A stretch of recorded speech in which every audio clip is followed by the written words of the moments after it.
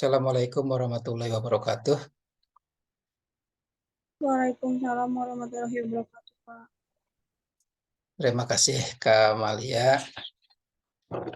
Dan sambil menunggu teman-teman yang lainnya masuk, kita mulai aja ya. Ini pertemuan yang terakhir ya, ke-14 ya. Iya, Pak. Eh, 2 minggu ke depan kita akan melaksanakan UAS. Jadi perkuliahan kita sudah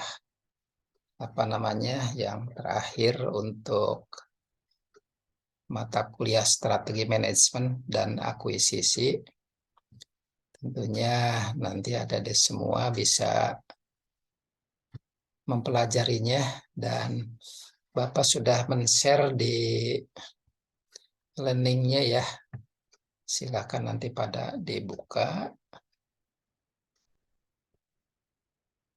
Masih melanjutkan pertemuan yang kemarin, dan hari ini ada beberapa catatan-catatan ataupun rekapan-rekapan dari beberapa pertemuan yang kemarin ya. Oke. Nih, yang kemarin kita apa yang menjadi hambatan termasuk juga kepatuhan sudah dipelajari, dan apa yang menjadi regulasinya. Terus juga kegagalan, kepedean, dan juga kekuatan monopoli, apa yang menjadikan strategi manajemen dan akuisisinya. Ini apa yang menjadi keuntungan atau kelemahan bagi perusahaan yang mengakuisisi dari perusahaan-perusahaan lain, atau mungkin juga perusahaan-perusahaan yang sejenis ya. Dari operasi yang memang sangat kompleks, termasuk juga cost-nya yang mahal, dari waktunya memang lebih lama juga, apa yang menjadi perubahan bagi organisasi atau perusahaannya. Dan ini yang akan kita lanjutkan terkait dengan apa yang menjadi keuntungan dan kerugian dari usaha patungan ini ya. Akuisisi di sini. Keuntungan dari perusahaan ataupun juga kerugiannya dari yang menggabungkan wirausaha tadi. Kalau yang namanya mendirikan usaha patungan itu dapat dikatakan salah satu pilihan untuk menumbuhkan dan juga agar bisa bertahan. Termasuk di dalamnya mempertahankan sumber daya, apakah itu SDM, apakah itu sumber daya perusahaan yang lainnya, yang termasuk juga aset atau peralatan serta sumber daya perusahaan yang lainnya. Dan perusahaan di sini dapat memperoleh akses dengan teknologi dan keahlian. Dan ini yang sekarang didorong, bagaimana teknologi itu menjadikan keberlanjutan dari usaha-usaha yang ada itu. Sekarang lebih banyak menggunakan teknologi. Contoh misalnya dari pemberdayaan kegiatan-kegiatan. Yang dulu itu dibanyakkan orang, diperbanyak SDM, setiap unit ada, tetapi sekarang bagaimana perusahaan tadi teknologi yang diutamakan. Yang dulu satu unit itu setiap pekerjaannya satu atau dua orang, sekarang kebalik. Jadi dibanyakan dengan teknologi cukup hanya beberapa orang, sehingga sumber daya di sini ini yang menjadikan kita atau manajer dalam perusahaan harus melek teknologi. Karena dengan teknologi yang mungkin dibeli sangat mahal, tentunya teknologi ini agar mampu tetap bertahan, tetap tumbuh dengan pengendalian manajernya, sehingga tujuan dari perusahaan dalam hal ini memperoleh keuntungan, memperoleh laba, tetap menjadi peningkatan kinerjanya. Dan tentunya dengan teknologi di sini ini yang sejalan apa yang adik-adik lakukan dalam perkuliahan di sini.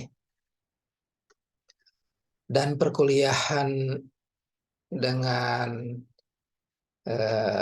yang dilakukan di ITTS di sini ini sangat cocok. Sangat cocok karena adik-adik yang menjadikan sistem informasinya ini akan banyak dipelajari. Karena ke depan tadi yang seperti Bapak sampaikan, akan banyak didorong bahwa teknologi ini yang akan dilakukan. Nah, untuk itu adik-adik semua,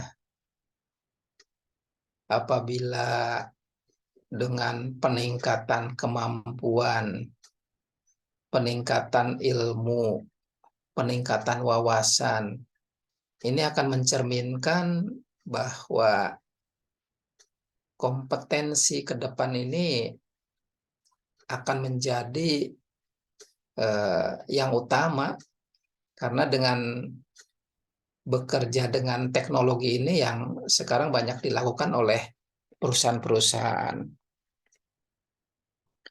Nah, untuk itu adik-adik terus belajar, terus lakukan pengembangan, terus lakukan penambahan wawasan. Ini yang kedepannya menjadi bekal, menjadi modal untuk bekerja, sehingga akan mampu dan bisa menjadikan keahlian dalam memanage, dalam bekerja, sehingga akan menjadi persaingan yang positif.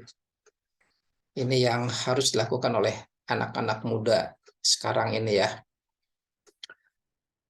Dan persaingan di sini ini akan semakin ketat kalau adik-adiknya hanya berpangku tangan, tidak melakukan peningkatan, tidak melakukan penambahan ilmu, ini yang akan kalah bersaing dengan rekan-rekan yang lainnya yang mempunyai kelebihan. Namun di sisi lain, tetap gaya dan budaya manajemen itu harus diciptakan gitu ya. Karena ciri khas dalam memanage itu harus ada. Ciri khas dalam strategi manajemen itu harus ada, sehingga putuskan apa yang menjadi passionnya, kemampuannya, jiwanya. Nah, itu yang adik-adik dalam memanage suatu perusahaan atau mungkin wirausaha mandiri, ini yang harus dilakukan. Teknologi memang harus diutamakan. Sekarang yang namanya teknologi, kalau ketinggalan, kalau tidak mampu ya akan kalah bersaing, sehingga perusahaan kita akan menjadikan ketertinggalan. Tapi yang namanya manajer, kemampuan tadi harus diperoleh, karena kan yang namanya fungsi manajemen bisa merencanakan, bisa mengorganisir, bisa melaksanakan, bisa pengawasan atau pengendalian. Manajer itu harus mampu juga bagaimana membidik peluang-peluang ke depan.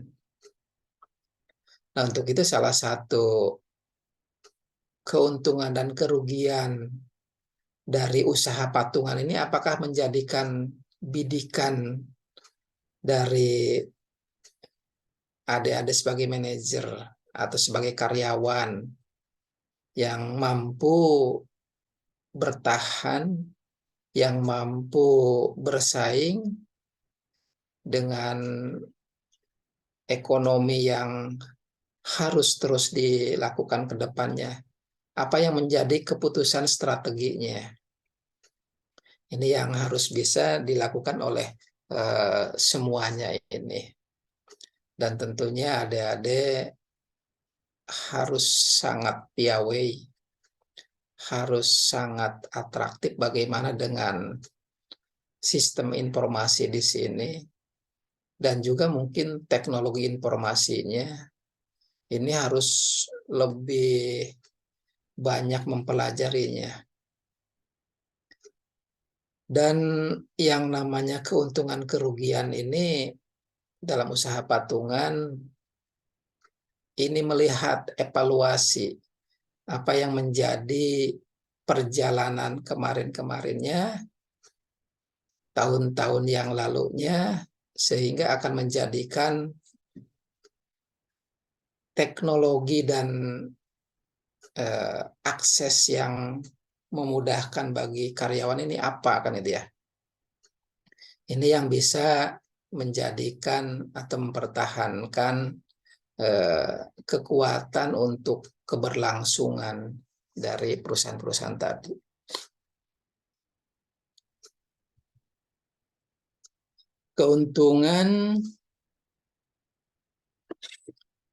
Keuntungan dan kerugian aliansi strategis, ya. Assalamualaikum Intan, sehat?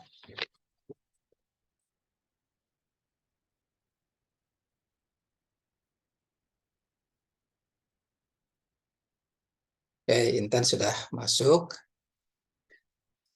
Keuntungan dan kerugian aliansi strategis. Nah, tadi yang seperti Bapak sampaikan di atas, bahwa ini akan menjadikan apa yang menjadi keuntungan dan kerugiannya. Pertama, keuntungan dan kerugian aliansi ini menciptakan nilai melalui sinergi. Jadi menciptakan dan kerugian aliansi strategis ini bagaimana menciptakan nilai melalui sinergi. Sinergi itu kita punya perusahaan sejalan atau sesuai dengan perusahaan yang lain, sehingga bagaimana strategis dalam aliansinya. Kolaborasi, keterampilan, sumber daya, dan pengalaman menghasilkan lebih banyak manfaat daripada jika kedua perusahaan beroperasi secara independen, kan gitu ya.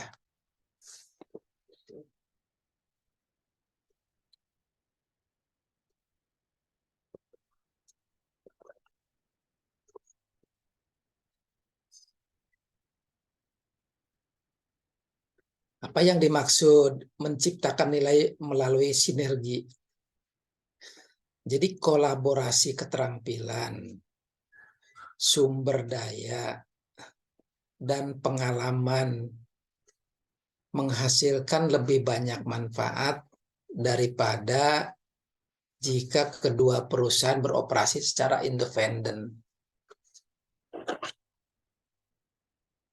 Jadi maksudnya di sini ini ada dua perusahaan. Masing-masing berjalan dengan sumber daya yang ada, katakanlah ada dua perusahaan, perusahaan satu SDM-nya 100 orang dengan permodalan yang ada katakanlah 100 miliar gitu ya. Perusahaan kedua SDM juga 100 orang dengan permodalan di bawah misalnya 50 miliar. Nah, dalam menciptakan produk dari dua perusahaan ini sama-sama jenisnya produknya untuk katakanlah kesehatan lah, alat-alat kesehatan misalnya. Perusahaan satu alat kesehatan, perusahaan kedua alat kesehatan. Melihat permodalan yang 100 miliar dengan yang 50 miliar dengan jumlah SDM di masing-masing perusahaan 100 orang, tetapi menghasilkan produk-produk yang sama. Ada tawaran dengan kemudahan teknologi, dengan teknologi yang baru, teknologi yang canggih,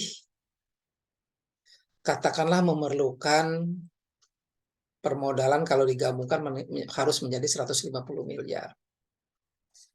Perusahaan satu sama-sama tidak bisa kalau independen memenuhi target permodalan 150 miliar.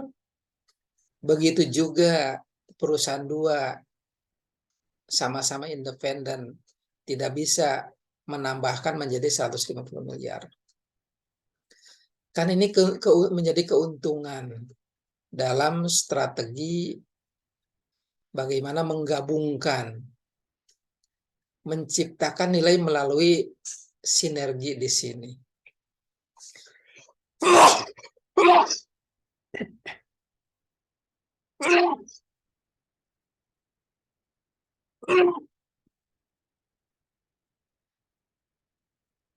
Nah, penggabungan di sini akan menjadikan secara teknologi mampu bersinergi sehingga apabila ini menjadi kolaborasi antara perusahaan satu dan perusahaan dua atau bahasa ininya akuisisi lah gitu. Ini akan mampu menjadikan perusahaan yang lebih bagus. Dan bahkan tadi yang Bapak sampaikan, teknologi yang ada ini akan menjadikan teknologi yang bisa merajai dari perusahaan-perusahaan tadi. Nah, untuk itu misalnya Kamalia, Intan, Wulandari, kalau perusahaannya masih kelasnya di bawah, banyak perusahaan yang lain yang lebih mampu karena dengan teknologi tadi yang seperti Bapak sampaikan, kenapa tidak bergabung aja, kesepakatan. Tetapi memang ini harus sama-sama menjadikan perusahaan yang bergabung itu menjadi solid. Jangan justru menjadikan perbedaan dalam hal memanage penafsiran maupun tujuan-tujuannya. Ini harus dilakukan pendekatan atau sinergitas tadi, apakah visinya sesuai, apakah misinya banyak yang sama. Ini kalau menciptakan nilai melalui sinergi, tadi yang Bapak sampaikan, dari kebutuhan dengan teknologi yang baru harus 150, tetapi perusahaan yang ke satu hanya permodalan 100, perusahaan dua permodalan 50, sehingga kalau dengan penggabungan permodalan yang tinggi, SDM-nya yang cukup, 100 ditambah 100 menjadi 200 SDM-nya, ini akan lebih wah lagi, ini akan lebih bagus lagi. Tapi semuanya dengan terbuka. Tidak ada yang diumpetin, tidak ada yang ya hanya basa-basi. Nah, lebih baiknya dengan keterbukaan di sini harus dengan akte notaris. Karena notaris ini akan menjadikan penengah suatu saat ke depan apabila ada perusahaan yang menggabungkan tadi perbedaan-perbedaan. Sehingga tinggal dibuka apa yang menjadi anggaran dasar dan anggaran rumah tangga dari perusahaan tadi.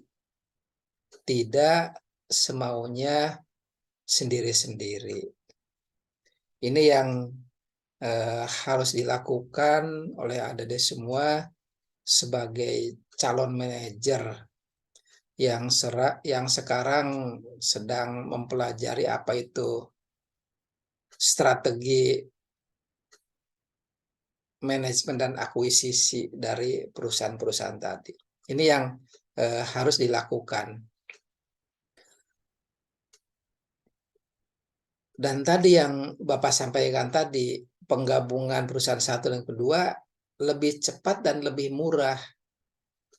Bahkan dengan teknologi yang tinggi, ini akan menjadikan juga percepatan, kecepatan, dan tentunya ini akan menjadikan sejalan dengan apa yang dipelajari dalam sistem informasi. Ya, silakan pilih bergabung ya.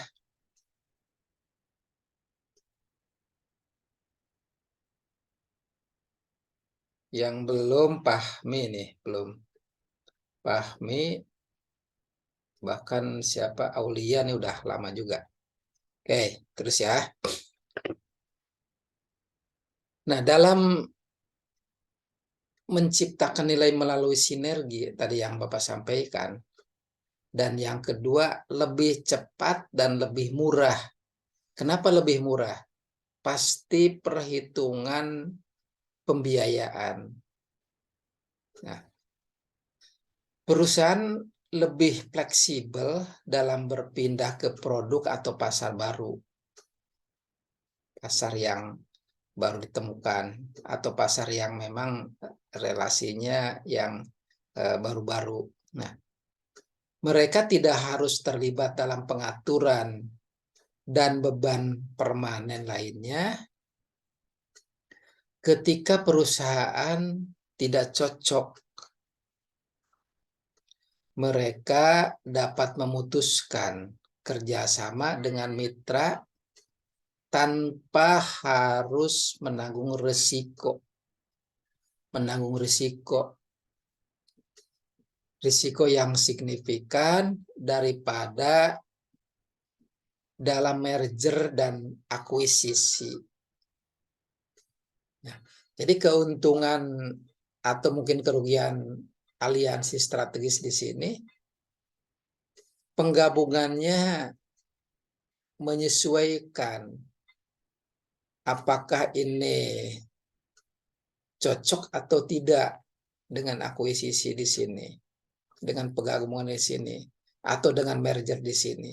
Semuanya dilakukan dengan evaluasi, analisa antara perusahaan yang satu yang menarik untuk menggabungkan dengan perusahaan adik-adik semua misalnya gitu.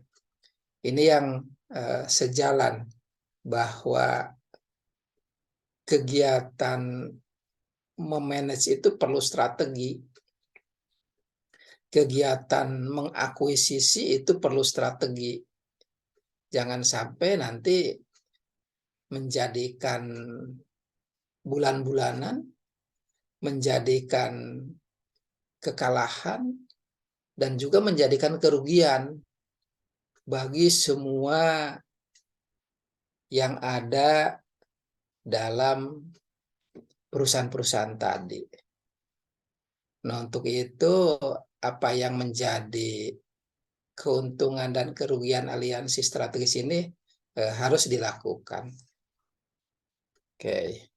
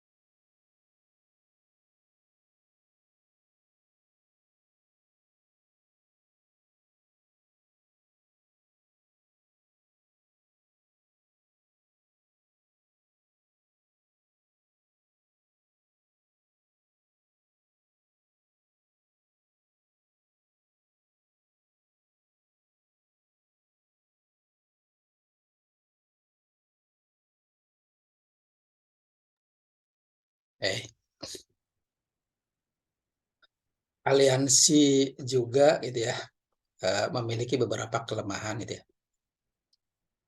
Tadi yang menjadikan keuntungan-keuntungan apabila menggabungkan perusahaan mungkin akan menyesal lah katakanlah, karena harus berbagi keuntungan laba dengan mitra, dan penggabungan aliansi di sini tidak menambah nilai bagi perusahaan, sehingga manajemen berpikir mereka dapat melakukannya sendiri. Nah, tadi yang seperti Bapak sampaikan di awal tadi, bahwa akuisisi, merger, penggabungan, aliansi di sini harus dilakukan secara cermat, secara terbuka, dan tentunya di sini harus menjadikan keuntungan ke depan itu sesuai dengan visi misinya, rencana kerjanya, dan tidak menjadikan kerugian baik finansial maupun non finansial gitu ya. Dalam pengambilan keputusan mungkin juga ada masalah karena mitra mungkin memiliki gaya manajemen yang berbeda seperti yang dipunyai oleh adik-adik semua. Perbedaannya di mana misalnya? Dari cara memimpin, dari cara penyampaian informasi, dari jam kerja, segala mungkin perbedaan-perbedaan di situ. Ini yang harus benar-benar dikendalikan, sehingga kalau tidak menjadikan kesamaan, ini akan menimbulkan masalah. Justru yang awalnya menjadikan keuntungan, ini akan menjadikan juga kegagalan. Dengan gagal, akhirnya kan akan merugi. Untuk itu, apa yang menjadikan kegagalan di sini harus diantisipasi dari awal oleh perusahaan-perusahaan di sini.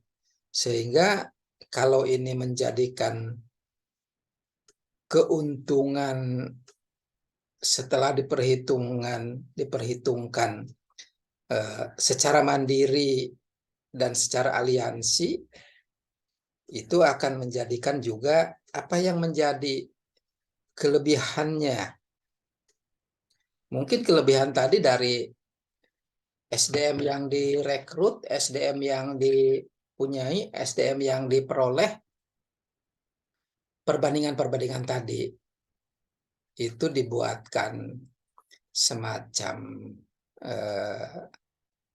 penelitian lah, evaluasi, analisa, sehingga akan menjadikan keuntungan-keuntungan yang bagus bagi penggabungan dari 2 atau 3 perusahaan yang menjadi aliansinya.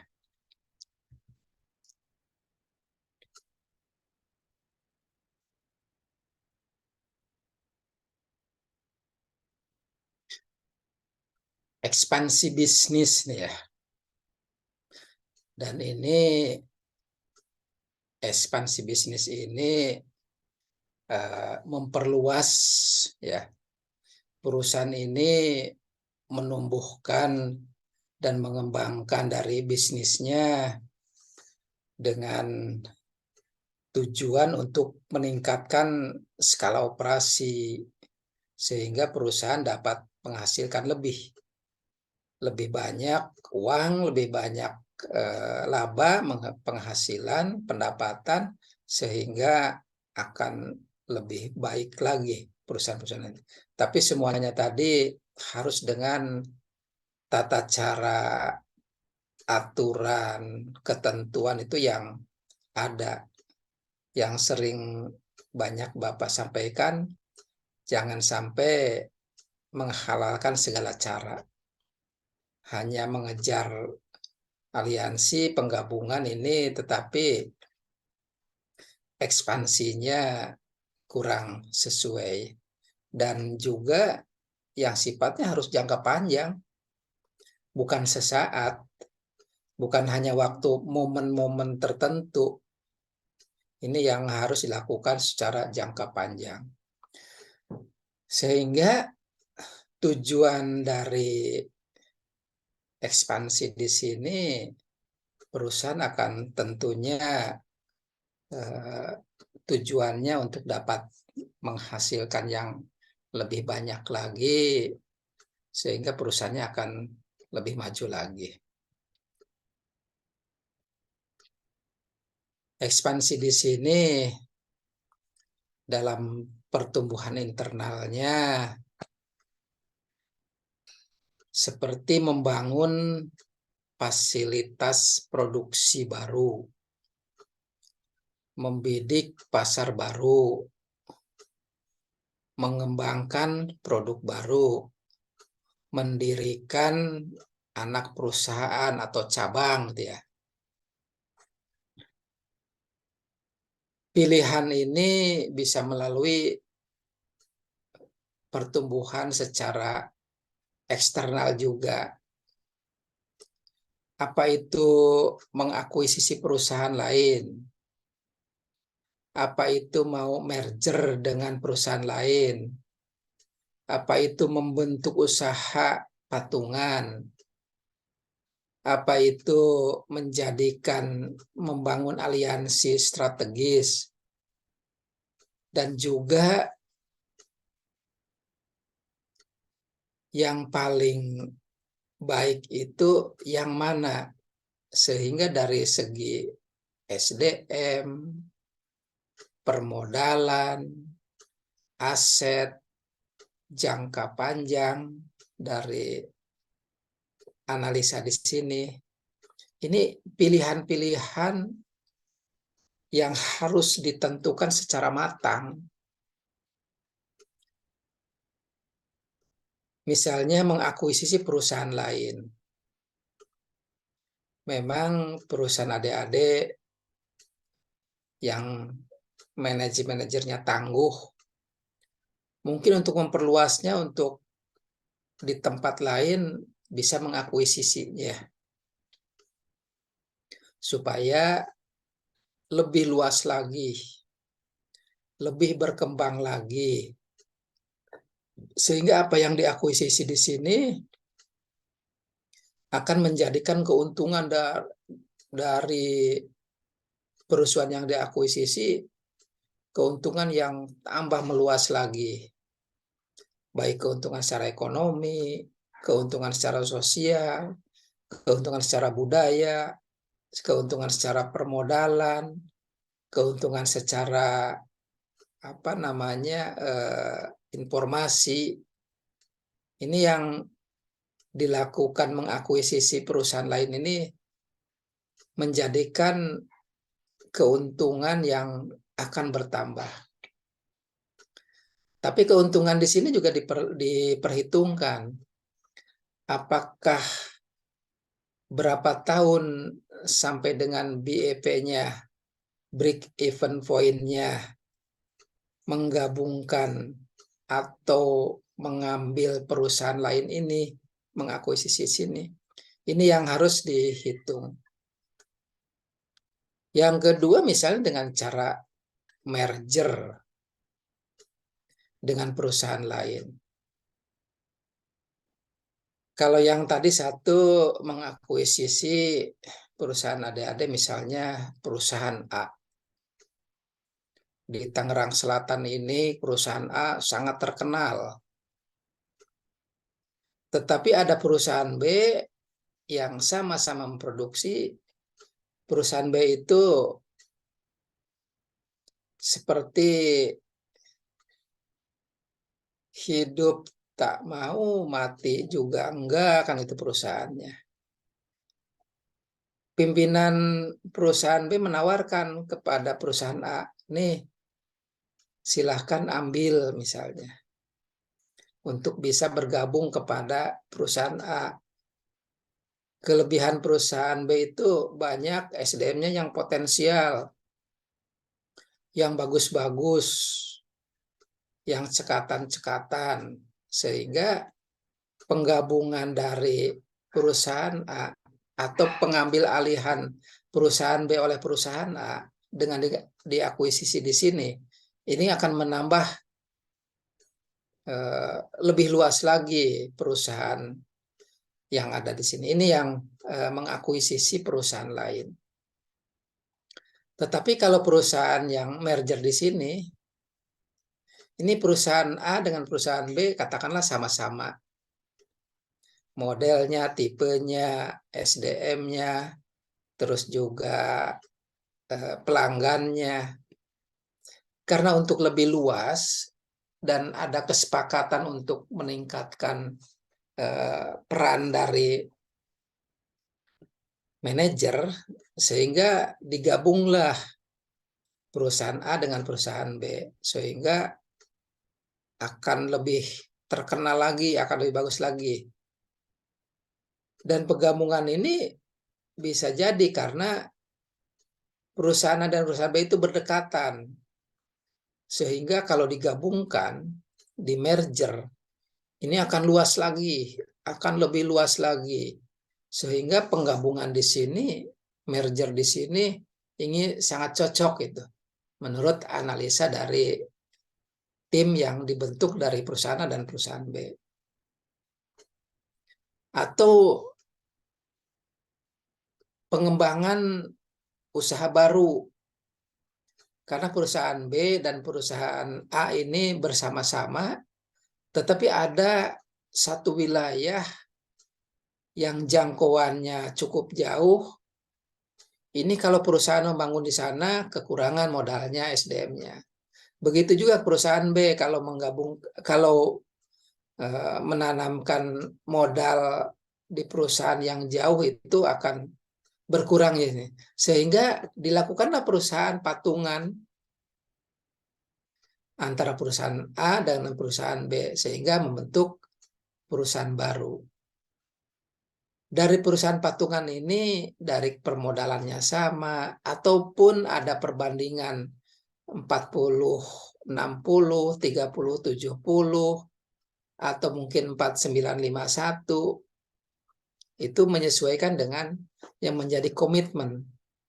Dan lagi-lagi komitmen yang terus Bapak sampaikan, lakukan di depan notaris.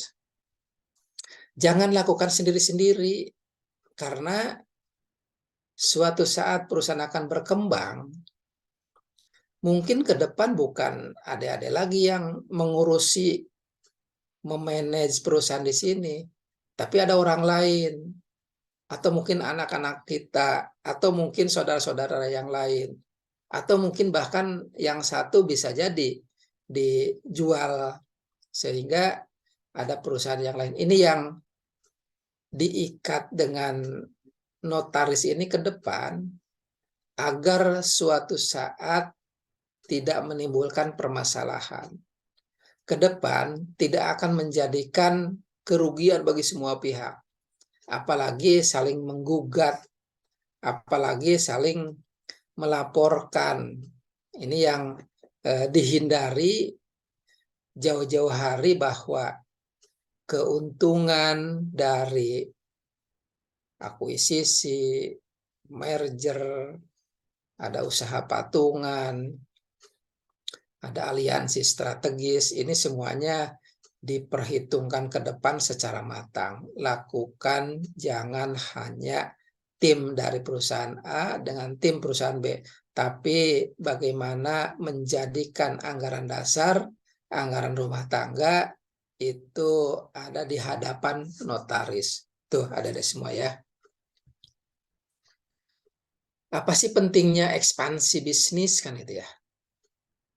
Karena ekspansi di sini menjadikan jalan bagaimana menumbuhkan bisnis dan menghasilkan lebih banyak uang untuk pemegang saham perusahaan. Atau beberapa alasan untuk menjelaskan kenapa diperlukan ekspansi. Nah, dalam hal ini perusahaan yang menjadi penghasilan lebih banyak uang lah, gitu, lebih banyak finansialnya dengan menjual lebih banyak produk, ya. Juga pentingnya ini meningkatkan daya saing karena dengan persaingan yang sangat ketat, produk-produk ini terus dijadikan perusahaan yang dapat atau yang mampu menjadikan keuntungan, mendominasi pasar. Nah, pasarnya terkuasai atau dikuasai dengan pangsa pasar yang lebih tinggi, terus meningkatkan daya tawar. Nah, ini yang harus juga diperhitungkan apa yang menjadi belanja bahan, pengolahan bahan, harga jual, termasuk di dalamnya transportasi, biaya SDM, dan lainnya. Jadi harus menjadikan perhitungan yang matang. Jangan sampai kebanyakan kos sehingga harganya mahal. Padahal barang yang sama seperti kita, di yang lain itu lebih murah dan jauh di bawah. Ini yang juga harus dilakukan. Kenapa pentingnya ekspansi di sini?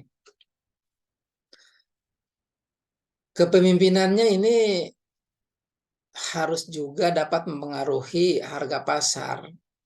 Karena yang mampu menguasai pasar pemimpin yang berpengalaman, khususnya di wilayah tersebut, sehingga apa yang menjadikan kedepannya lebih bagus ini akan tercipta. Meningkatkan skala ekonomi dan juga menyebabkan biaya ke lebih banyak outputnya sehingga akan pemborosan. Nah, dengan banyaknya pemborosan di sini sehingga akan terlihat keuntungannya mungkin hanya sedikit karena biayanya banyak, atau dinaikkan harganya keuntungan banyak tetapi tidak ada yang beli, konsumennya pada kabur, konsumennya lari karena harganya tidak sesuai. Itu yang harus diperhitungkan dalam ekspansi di sini. Dan terutama juga apa yang menjadi peningkatan nilai memegang saham, atau juga apa yang menjadi nilai positifnya. Nilai pemegang saham meningkat seiring dengan peningkatan laba. Untuk itu kalau adik-adik menyimpan modal untuk membeli saham, itu yang harus dilihat trennya.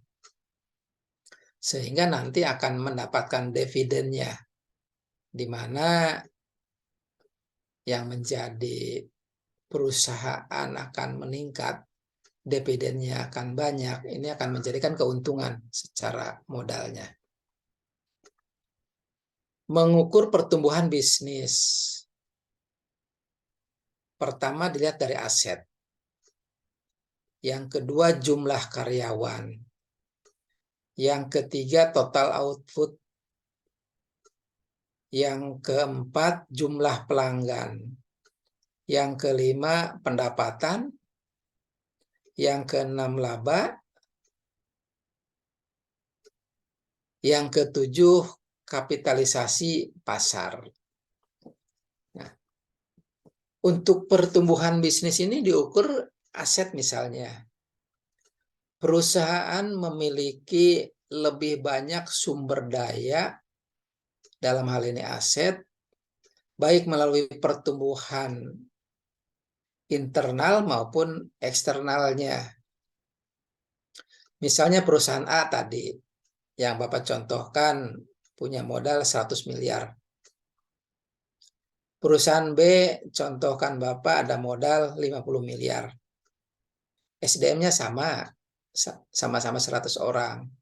Tetapi yang perusahaan A ini karena permodalannya cukup sehingga keuntungan setiap bulan itu 10% masuk. Nah, kalau 10% dari 100 miliar, berarti kan 10 miliar ini masuk menjadi keuntungan. Tetapi sadar bahwa perusahaan ini ke depan harus mengembangkan lagi, menyimpan lah. Keuntungan ini harus menjadi aset. Misalnya pengadaan aset untuk memperluas jaringan. Pengadaan aset untuk memperluas pabrik, memperluas produksi, sehingga membeli alat-alat untuk penunjang pengolahan produk. Berbeda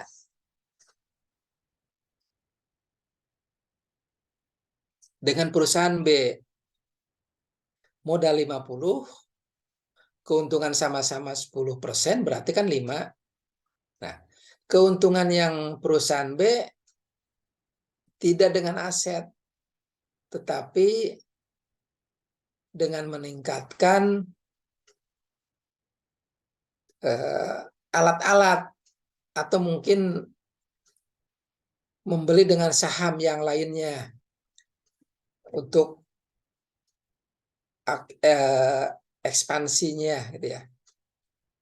Nah, perbedaan cara ini itu cara pandang dari suatu manajer itu yang akan terjangkau ke depan menjadi apa. Sehingga kalau ukuran pertumbuhan bisnis dari perusahaan A ternyata membeli aset ini yang sifatnya tetap, bahkan mungkin yang sifatnya tanah, aset tanah, itu lebih banyak lagi. Dan tetap menekan efisiensi, efektivitas dalam pekerjaannya. Kalau dilakukan efektivitas dan efisiensi di sini, semua pertumbuhan dari perusahaan tadi ini benar-benar bisa diukur. Penambahan peralatan, katakanlah tadi dari keuntungan 10 miliar yang perusahaan A, setengahnya berarti 50%-nya dibelikan peralatan untuk bulan pertama. Sehingga akan terlihat dengan penambahan peralatan, produk-produknya, output-outputnya, hasil-hasilnya ini akan terlihat lebih banyak lagi. Sehingga menjadi pemikiran bahwa aset ini salah satu untuk meningkatkan pertumbuhan dari bisnis yang dipunyai oleh perusahaan tadi. Ini yang menjadi harus pemikiran, evaluasi, dan ternyata ekspansi ini memerlukan ilmu-ilmu dari manajer atau adik-adik yang terus dapat dikembangkan.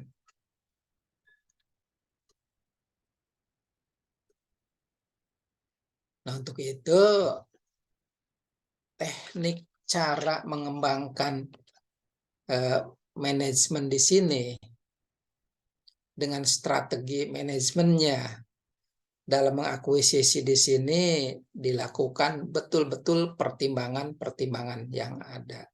Ini yang salah satunya diukur dari aset.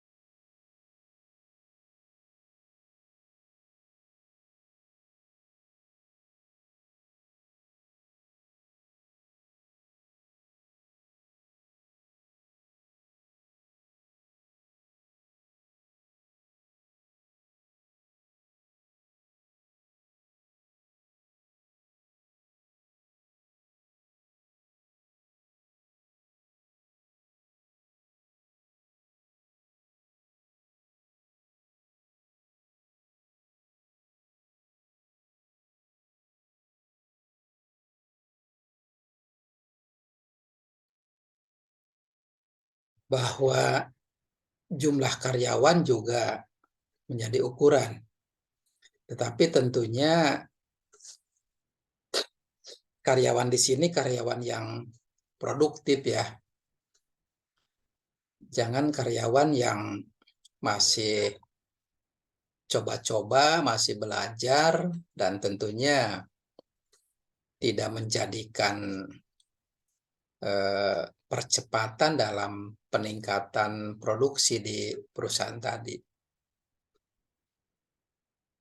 Perusahaan ini memerlukan lebih banyak karyawan untuk menggunakan berbagai pekerjaan di dalam bisnis. Nah, untuk itu apa yang menjadi kemampuan karyawan itu harus tetap diperhatikan oleh pimpinan, oleh manajer, bahwa yang namanya peningkatan karyawan dalam hal income, pendapatan, tentunya harus dilakukan dari segi pendidikan, dari segi kemampuan, sehingga karyawannya juga ikan. Apalagi yang tadi di awal-awal Bapak sampaikan, karyawan yang tidak produktif, yang tidak punya kemampuan akan kalah. Sehingga karyawan di sini harus terus bisa menjadikan bahwa kemampuan dalam bekerja di perusahaan tadi harus menjadikan juga wawasan, pengalaman yang akan menentukan keberhasilan dari perusahaan tadi. Total output, nah ini nih. Jadi perusahaan itu menghasilkan lebih banyak produk karena meningkatkan kapasitas dari produksinya. Ini korelasinya dengan karyawan. Jadi karyawan yang produktif itu tentunya menghasilkan banyak produk dan efektif dalam melaksanakan tugas-tugasnya. Sehingga output dari produknya tadi dapat menjadikan percepatan dalam menunjang pasar-pasar gitu ya. Tapi tentunya output yang banyak tadi harus yang berkualitas ya. Produk yang banyak ini harus yang sesuai yang ada di pasaran, baik mungkin dari segi rasa, baik dari segi banyak, dari segi warna, dari segi kualitas yang lainnya lah. Itu juga harus menjadikan outputnya ditunggu oleh masyarakat. Jumlah pelanggan.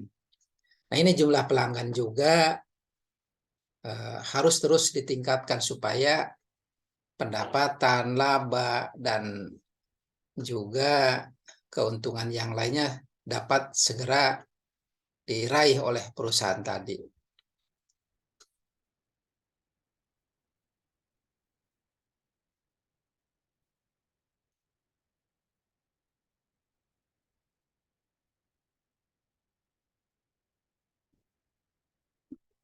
Ada jenis ekspansi bisnis tadi. Secara umum dapat membagi strategi ekspansi bisnis menjadi dua kategori ya. Ini berdasarkan pertumbuhan, apakah dengan mengembangkan sumber daya internal ini menggabungkan sumber daya eksternal.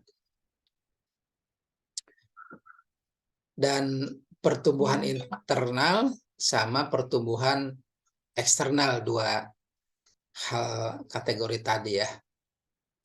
Kalau pertumbuhan internal berarti perusahaan ini mengandalkan sumber daya dan kemampuan yang ada di dalam untuk meningkatkan ukuran bisnisnya. Sedangkan pertumbuhan eksternal, perusahaan itu menggabungkan sumber daya dan kapabilitas internal dan eksternal. Nah, untuk ini penggabungan-penggabungan di sini mana yang akan dipilih alternatif yang paling nilainya tinggi dari kriteria yang ada di sini. Karena dua strategi ini pertumbuhan mungkin tidak semuanya cocok untuk perusahaan. Apakah dengan kelebihan dan kekurangan ini sesuai atau tidak? Misalnya di pertumbuhan internal, mungkin juga tadi ada pilihan opsi yang rasional bagi perusahaan kecil, di mana mereka memiliki sumber daya lebih terbatas. Pertumbuhan internal di sini apa yang menjadi meningkatkan kapasitas produksi, apa yang menjadi membuka gerai atau kantor cabang baru, atau juga meningkatkan belanja pemasaran atau periklanan, menawarkan model varian baru misalnya. Apakah juga memperluas segmen pasar, dan tentunya memperluas apa yang menjadi penjualan produk ke luar negeri mungkin gitu ya. Ini yang harus juga diperhitungkan. Untuk yang pertumbuhan eksternalnya, tadi yang Bapak sampaikan di atas, pasti melibatkan pihak eksternal untuk tumbuh. Dan di sini bisa mengkombinasikan sumber daya dan kapabilitas dari perusahaan lain. Sini juga menyebutkannya sebagai pertumbuhan anorganik. Nah, gitu ya. Di antaranya apa sih? Merger kah? Yang tadi Bapak sampaikan di atas. Akuisisi kah? Usaha patungan? Atau aliansi strategis? Kalau merger itu mengkonsolidasikan dua perusahaan menjadi entitas tunggal. Tadi yang Bapak contohkan dari dua perusahaan, perusahaan A dan perusahaan B. Penggabungan, konsolidasi, sehingga akan terlihat dengan setelah merger ini akan terlihat menjadi satu perusahaan yang bertahan. Apakah nanti yang namanya perusahaan A yang meningkat atau perusahaan B, atau juga nama perusahaan baru antara A dan B penggabungan tadi. Jadi menyesuaikan semuanya dengan teknik dan metode yang ada.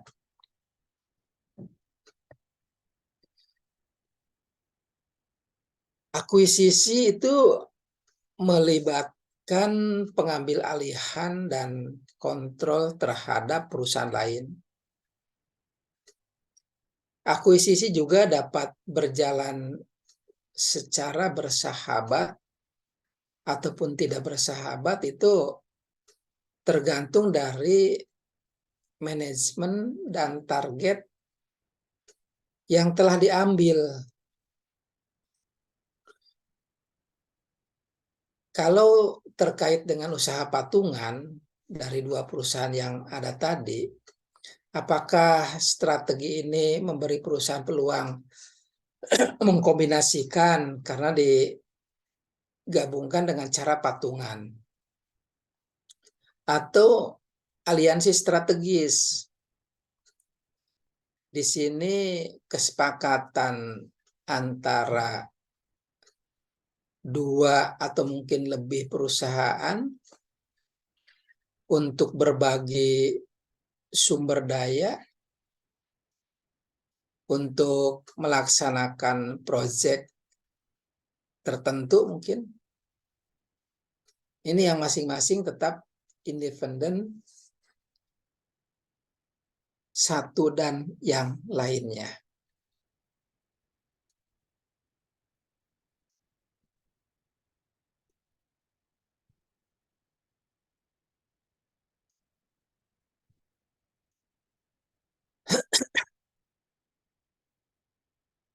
Keuntungan dan kerugian strategi ekspansi tadi ya.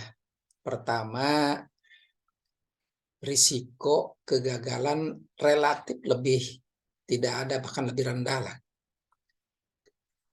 Kegagalannya itu yang terlihat lebih kecil, lebih rendah itu dibandingkan ketika perusahaan mengakuisisi atau merger gitu ya. Itu pasti akan terlihat risiko kegagalannya. Yang kedua, perusahaan ini memiliki kendali penuh, memiliki pengaruh yang bagus, pengaruh yang penuh. Pengaruh atau kendalinya ini atas pelaksanaan atau operasi dari turunnya atau campur tangannya dari pihak luar, sehingga ekspansi di sini harus dengan pelayanan kepada yang lebih banyak lagi, sehingga akan terlihat ide-ide apa sih yang harus menjadikan bahwa ini harus diekspansi. Dan tentunya karyawan akan lebih termotivasi karena mungkin yang sudah jenuh, sudah malas, sudah merasa tidak ada harapan. Tetapi dengan ekspansi ini ternyata ini akan berkembang, akan meningkat, sehingga dari kenyamanan bahkan mungkin merasa karir, merasa ke depannya itu akan terasa lebih cerah gitu karyawan tadi, sehingga termotivasi.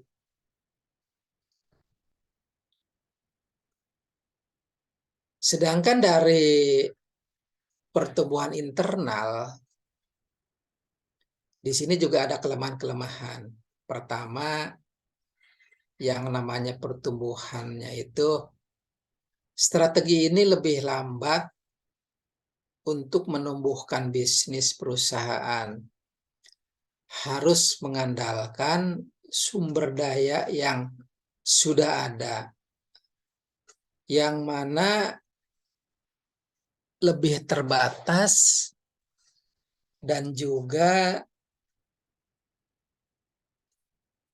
kelemahannya ini akan timbul bisnis-bisnis yang seharusnya kecepatannya tinggi, tetapi ini yang ada bahkan lambat gitu ya. Kapasitas internal itu lebih terbatas, sehingga kurangnya ide, kreativitas, inovasi, dan mungkin juga masalah likuiditas, masalah keadaan dan kemampuan perbankannya atau finansialnya. Dan ini yang sering memunculkan masalah ketika perusahaan itu tumbuh secara organik, secara apa adanya dalam perusahaan tadi. Nah, pertumbuhan internal ini akan juga menjadikan tidak berguna karena lambat, karena sia-sia, sehingga fase yang matang di mana pertumbuhan akan harusnya percepatan, tetapi ini akan menjadikan kegiatan-kegiatan yang ada harus diperhitungkan.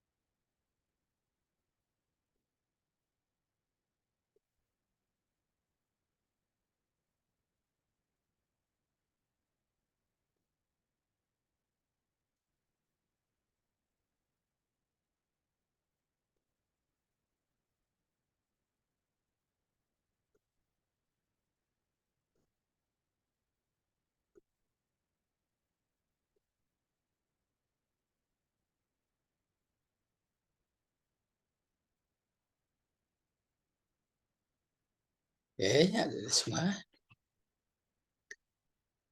itu yang pertumbuhan internalnya ya.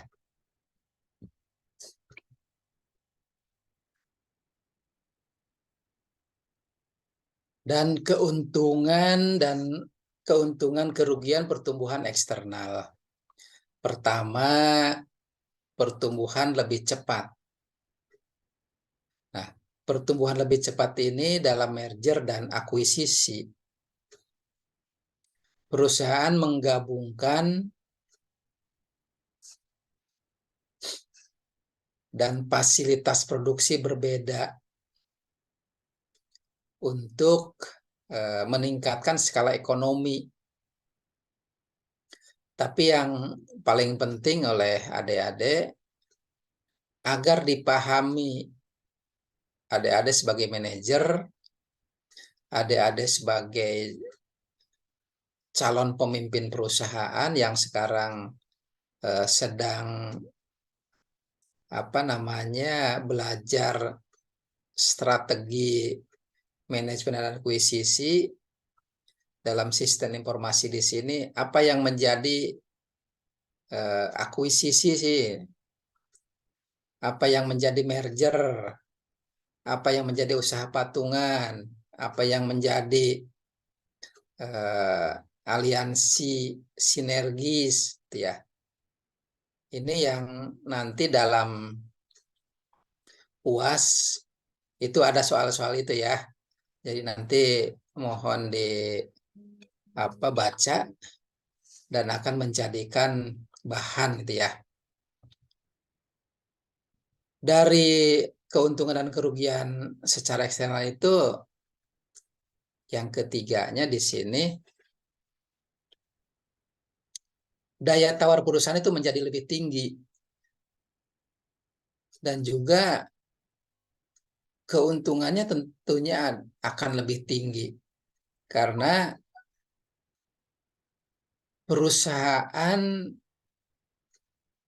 dengan keuntungan yang lebih tinggi dapat menangkap nilai dalam rantai pasokan dengan mengakuisisi pemasok atau distributor sehingga mereka dapat memperoleh margin atau keuntungan yang sebelumnya dinikmati oleh pemasok atau distributor. Nah, mereka juga memiliki kontrol terhadap input dan produk, ya, Dedek. Sedangkan dari pertumbuhan internal ada yang terkait dengan kelemahannya. Pengawasan dari pemerintah lebih ketat, ini yang pertama. Yang kedua, konflik budaya dan masalah dalam hal manajerial itu seringkali muncul. Mensinergikan sumber daya dan kapabilitas itu terlihat akan gagal karena idealnya perusahaan dapat menciptakan nilai dengan mengakuisisi atau merger dengan perusahaan lain.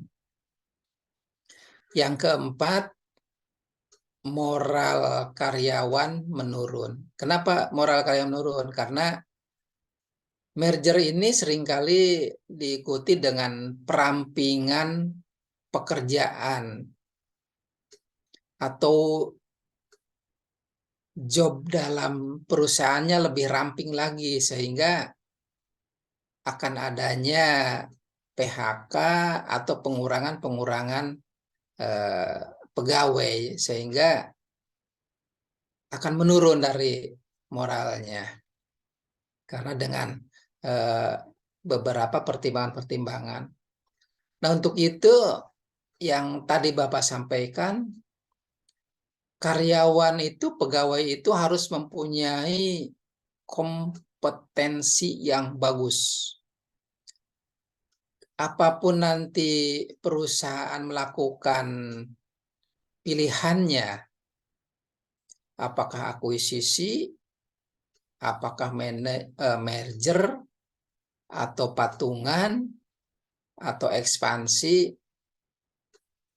atau mungkin buka cabang baru, kalau adik-adik mempunyai kompetensi yang bagus, mempunyai keunggulan ilmu, pengalaman, dan wawasan teknologinya yang bagus, akan tenang dan pasti akan dipilih sehingga harus disiapkan bahwa moral karyawan itu harus betul-betul disiapkan. Nah, untuk itu apapun bentuknya, akuisisi, merger, patungan, apapun bentuknya kalau karyawannya mempunyai kapabilitas, mempunyai pengalaman, mempunyai kompetensi yang bagus, tidak akan di PHK, tidak akan dikurangi. Dan bahkan kalaupun ini keluar, perusahaan yang lain sudah nunggu akan mengambilnya.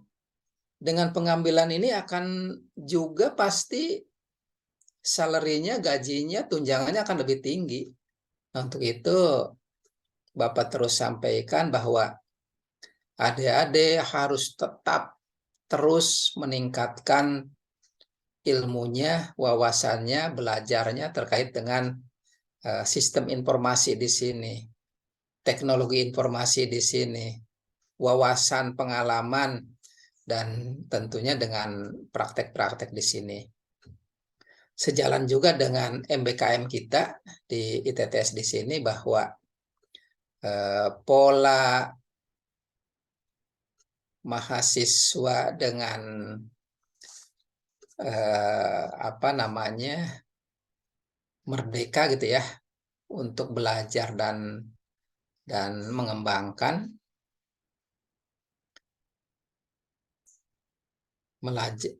merdeka dalam belajar dan juga merdeka dalam pengembangannya, sehingga apapun ilmunya, wawasannya ini akan selalu dapat dijadikan kemampuan untuk meningkatkan produksi. Nah, yang kelima, perusahaan akan kehilangan fokus karena dengan adanya kompetensi yang inti tadi, pelaksanaan perusahaan ini akan kompleks, akan lebih kompleks. Tentunya harus fokus pada berbagai bisnis yang berbeda di sini.